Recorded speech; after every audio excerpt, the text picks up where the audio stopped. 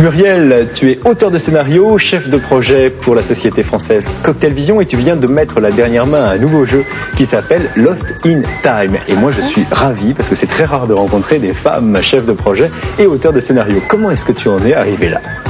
Eh bien, mon parcours a été un peu particulier puisque je n'ai pas toujours fait du jeu.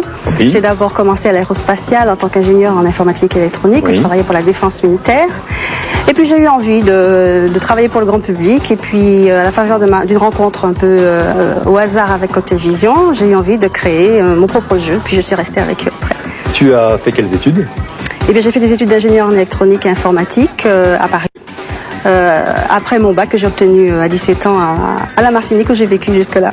Alors qu'est-ce qui se passe dans Lost in Time ? C'est un jeu d'aventure ? Eh bien, on peut dire que c'est un film interactif plutôt, qui est basé sur un scénario assez compliqué, qui mêle la science-fiction et l'histoire avec un grand H.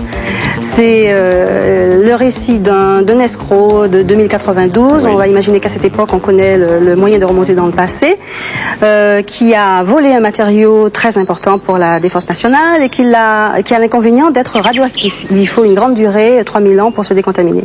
Donc notre escroc ingénieux, qu'est-ce qu'il invente ? Il imagine de remonter dans le passé et cache ce matériau dans un sarcophage en or à l'époque des Égyptiens, en attendant tranquillement que ça se décontamine.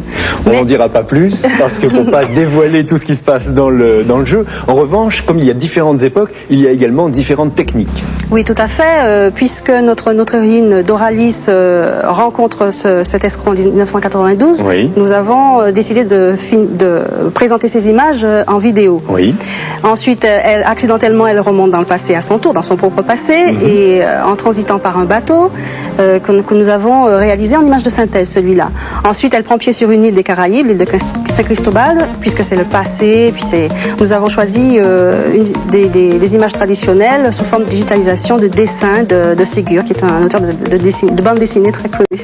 Donc toutes ces techniques, toi tu les maîtrises parfaitement et en plus elles te passionnent. Et parmi elles, il y a une technique spécifique dont on a déjà parlé la semaine dernière avec Jean-Claude Larue, qui est responsable du CDI en France, qui est le FMV, ou plutôt la FMV, la Full Motion Video. Alors on a vu que la Full Motion Video, ça permettait d'avoir des films sur des compacts disques semblables aux compacts disques musicaux qu'on connaît aujourd'hui. Qu'est-ce que ça permet de plus dans l'univers du jeu ? Bien là, on va pouvoir s'exprimer totalement, puisque les scénarios ressemblent de plus en plus à des scénarios de films. Oui. On va pouvoir maintenant afficher des images de qualité vidéo avec toutes les techniques que cela demande, qui sont déjà éprouvées dans l'audiovisuel depuis de nombreuses années. D'accord, donc ça veut dire qu'on connaît les graphismes par exemple de la Super Nintendo qui sont déjà très bien.